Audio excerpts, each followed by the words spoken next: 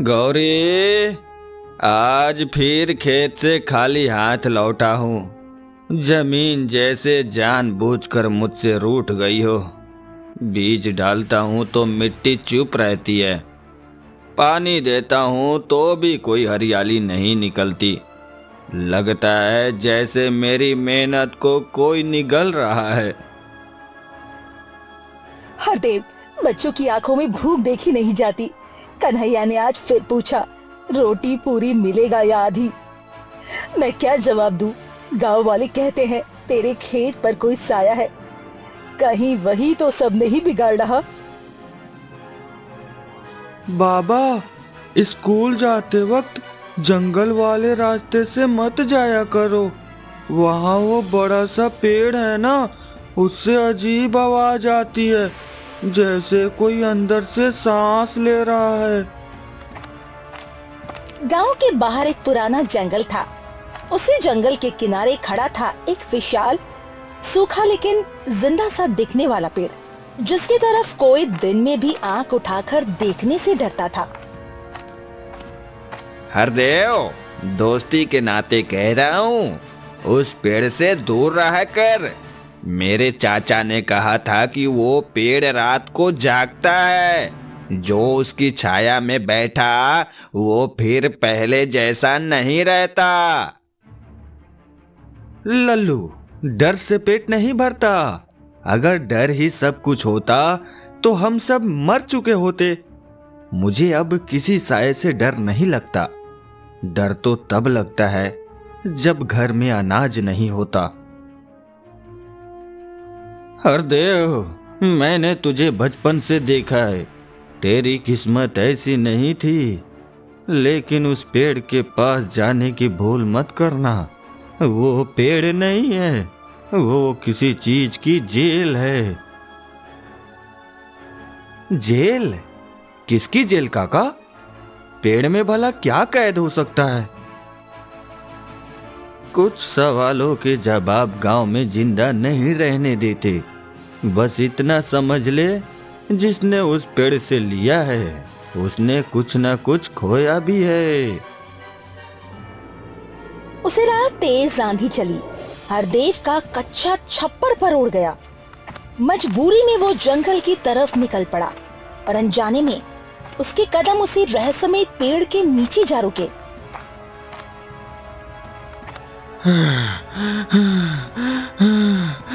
आज तो इस पेड़ की छाया ही मेरी छत है। जो होना है हो जाए, इससे बुरा क्या ही होगा।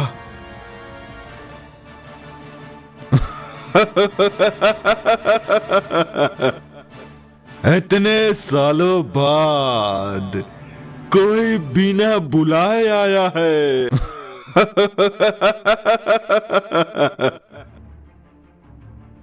कौन है? सामने आ। इंसान हूं मैं, कोई देवता नहीं।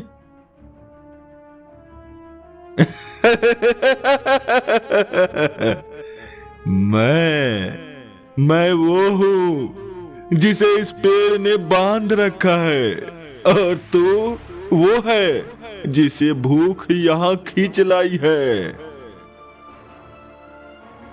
अगर तू भूत है तो दूर रह, और अगर कुछ और है तो साफ साफ बोल। मेरी जिंदगी पहले ही उलझी हुई है।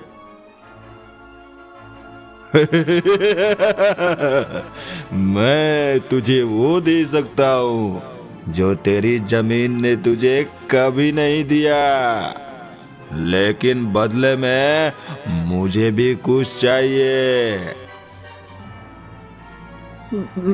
मेरे पास देने को कुछ नहीं है, ना सोना, ना ताकत, ना चालाकी।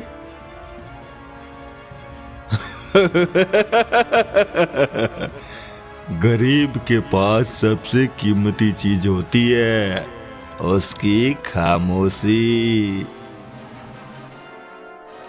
पेड़ की जड़ें हिलने लगी, हवा भारी हो गई और हरदेव को लगा जैसे वो किसी सौदे की दरवाजे पर खड़ा है, जहां से लौटना आसान नहीं। अगर मैंने तेरी बात मानी तो क्या मेरी जिंदगी सच में बदल जाएगी?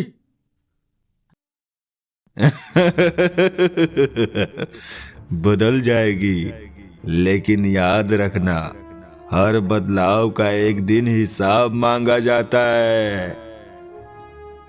रात का सन्नाटा गहरा हो चुका था। पेड़ की छाया हरदेव पर भारी पड़ रही थी और उसके भीतर उम्मीद और डर आपस में टकरा रहे थे। अगर मैं तेरी बात मान लूं तो साफ साफ बता कि मुझे करना क्या होगा, कब तक करना होगा और इसकी सीमा क्या है, क्योंकि मैं अंधेरे में कोई सौदा नहीं करता और मेरी जिंदगी पहले ही बहुत उलझी। हर अमावस्या की रात इस पेड़ की जड़ में एक लोटा जल चढ़ाना होगा।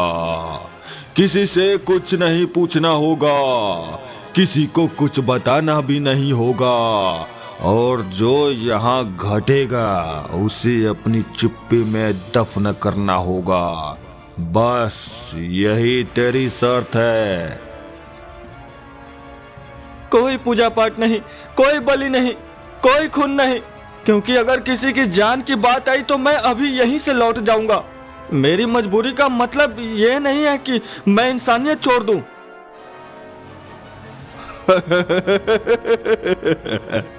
हर सौदे की असली शर्त शुरुआत में नहीं बताई जाती किसान। कुछ बातें वक्त के साथ सामने आती है, और जब आती है तो आदमी के पास लौटने का रास्ता नहीं बचता।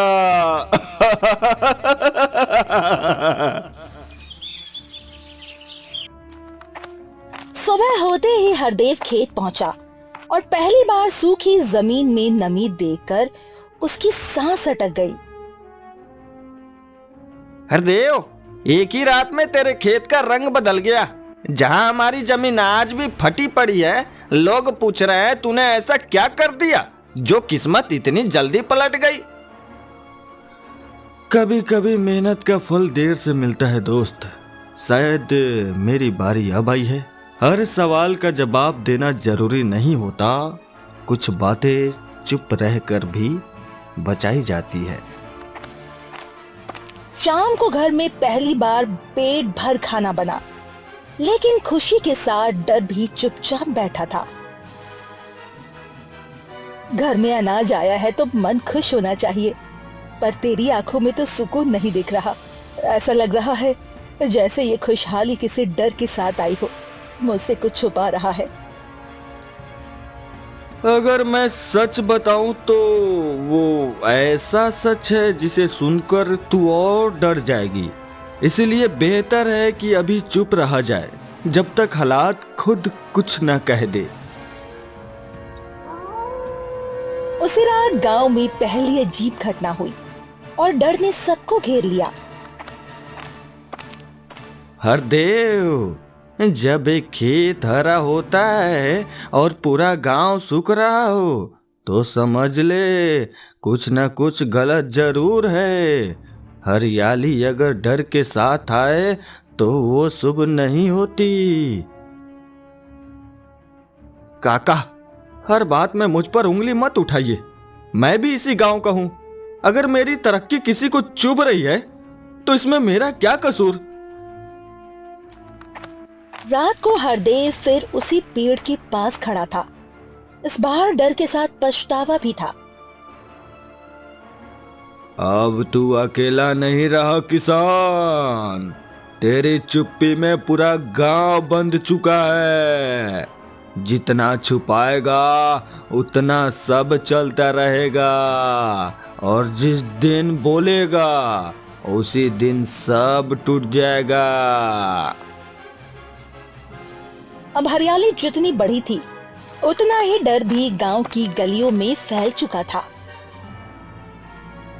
हरदेव, लोग घर के बाहर खड़े होकर बिना बोले हमें देख रहे हैं। कोई सवाल नहीं पूछता, लेकिन हर नजर में शक साफ दिखता है। मुझे लग रहा है जैसे हम इस गांव में अजनबी बनते जा रहे हैं। मैं भी वही महसूस कर रहा हूँ गौरी। अगर सच बोला तो सब कुछ एक साथ टूट जाएगा और अगर चुप रहा तो शायद किसी और की जिंदगी इसकी कीमत चुकाएगी। दोपहर होते ही गांव का पुराना कुआं सूख गया। हरदेव, अब बात खेतों तक नहीं रही, कुआं भी सूख गया है और लोग तेरा नाम लेने लगे हैं। कह रहे हैं जहां तू होता है वहां कुछ ना कुछ अजीब जरूर होता है। लल्लू, अगर मेरी तरक्की से गांव को नुकसान हो रहा है तो मैं खुद पीछे हट जाऊंगा, लेकिन बिना पूरा सच जाने मुझे दोषी ठहराना गलत है। शाम होते होते कन्हैया पुकार में टपने लगा। बाबा, वो पेड़ मुझे बुला रहा है। कह रहा है कि अगर तुम चुप रहे तो पानी, खेत और लोग सब बीमार पड़ जाएंगे। मुझे उसकी आवाज साफ सुनाई दे रही है। हरदेव, बच्चे की ये बातें सुनकर मेरा दिल कांप रहा है। ये सब उसी जंगल का असर है। अब भी समय है, सब छोड़कर यहाँ से चल दो। मैं भागना चाहता हूँ गौरी, लेकिन अब ये लड़ाई सिर्फ मेरी नहीं, पूरे गांव को इसका जवाब चाहिए। रात में हरदेव फिर जंगल की ओर गया। अब मेरे बेटे को इस खेत में मत घसीट। सौदा मुझसे था, अगर कुछ चाहिए तो मुझसे मांग। ये सब बहुत आगे निकल गया है। मैंने किसी को छुआ नहीं किसान। तेरा बेटा बस वो सुन पा रहा है जिसे ये गांव बरसों से दबाए बैठा है। कुछ कान सच के लिए खुले होते हैं। तू चाहता क्या है? खेत, पानी या किसी की जान? साफ बोल ताकि मैं फैसला कर सकूं। मैं कुछ नहीं चाहता, मैं तो बस याद दिलाता हूं, और आज वो याद मोहन के नाम से जुड़ी है। अगली सुबह पंचायत बुलाई गई। हरदेव, अब सवाल सीधे पूछे जा रहे हैं। अगर तूने आज भी सच नहीं बताया तो गांव खुद फैसला करेगा, और वो फैसला शायद किसी के लिए आसान नहीं होगा। ए भाई, अरे आधा सच मत बोलना। अरे क्योंकि आधा सच पूरे झूठ से भी ज्यादा जहरीला होता है। अगर मैंने सच बोला तो शायद ये गांव बच जाए, लेकिन कुछ लोग हमेशा के लिए गिर जाएंगे, और यही डर मुझे अब तक चुप कराए हुए था। हवा अचानक तेज हो गई और जंगल से आवाज आई। बाबा, अगर आज सच नहीं बोला गया तो वो पेड़ किसी और को चुन लेगा, और अगली बार नुकसान छोटा नहीं होगा। तो कल सबके सामने सच आएगा, चाहे अंजाम कुछ भी हो। हाँ हरदेव, वही सच है जिसे मैं बरसों से दबाए बैठा था।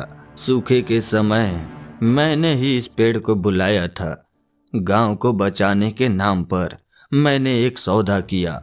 सोचा था थोड़ी कीमत देकर सब ठीक हो जाएगा, लेकिन लालच ने मुझे अंधा कर दिया, और हर साल इस पेड़ की भूख बढ़ती चली गई।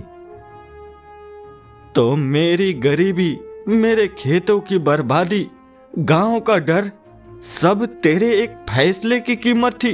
तूने गांव को बचाने के नाम पर आने वाली पीढ़ियों को कर्ज में डाल दिया, और हम सब बिना जाने उसका हिसाब चुकाते रहे।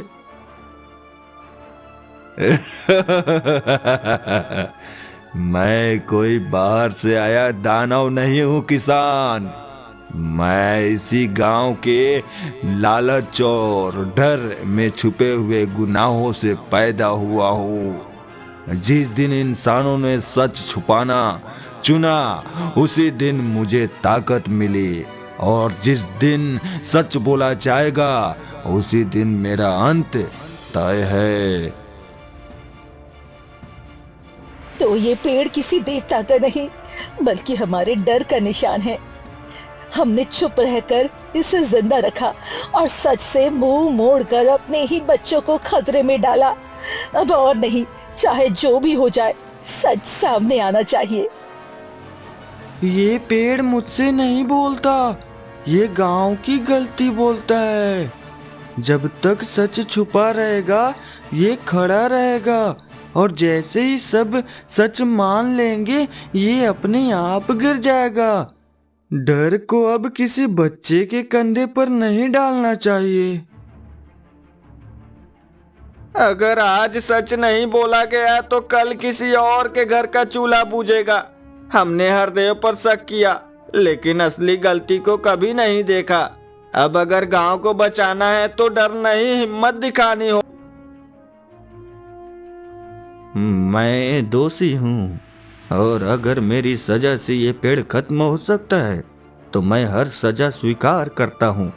मैंने गांव को बचाने के लिए झूठ चुना था, आज उसी गांव को बचाने के लिए सच सुन रहा हूँ। सच बोल दिया गया है, अब मेरे पास रहने की वजह नहीं बची। याद रखना किसान, मैं खत्म हो रहा हूँ, लेकिन अगर लालच लौटा तो मैं फिर जन्म लूंगा, क्योंकि मैं बाहर नहीं तुम्हारे अंदर रहता हूँ। अब खेत धीरे हरे होंगे, मेहनत से, डर से नहीं। और अगर भूख आई भी तो सच के साथ आएगी। झूठ की हरियाली अब इस गांव में नहीं उगेगी। पेड़ गिरे कई दिन हो चुके थे, लेकिन उसका असर अभी भी गांव की हवा में तैर रहा था। हरदेव, अजीब बात है ना, पेड़ गिरने के बाद भी डर एकदम से गया नहीं। लोग अब भी रात को जल्दी दरवाजे बंद कर देते हैं, जैसे आदत बन गई हो डर की। डर अचानक नहीं जाता लल्लू, उसे हमने वर्षों पाला है, अब उसे जाने में भी वक्त लगेगा। फर्क बस इतना है कि अब डर के पीछे कोई झूठ नहीं है। खेतों में इस बार फसल आई, न ज्यादा न कम। फसल साधारण है पर दिल हल्का है। पहले हर दाने के साथ डर जुड़ा रहता था, लेकिन अब रोटी कम है, लेकिन चैन है, सुकून है। यही असली कमाई है गौरी। पेट भरना जरूरी है, लेकिन डर से मुक्त होना उससे भी ज्यादा। मोहन अब पंचायत में सबसे पीछे बैठता था। हरदेव, लोग मुझे माफ कर रहे हैं या नहीं ये नहीं जानता, लेकिन अब पहली बार नींद आती है। सच बोलने के बाद बोझ उतर गया है। माफी शब्दों से नहीं, आगे के काम से साबित होती है। काका, अगर अगली पीढ़ी डर के बिना जी पाए तो वही सच्ची माफी होगी।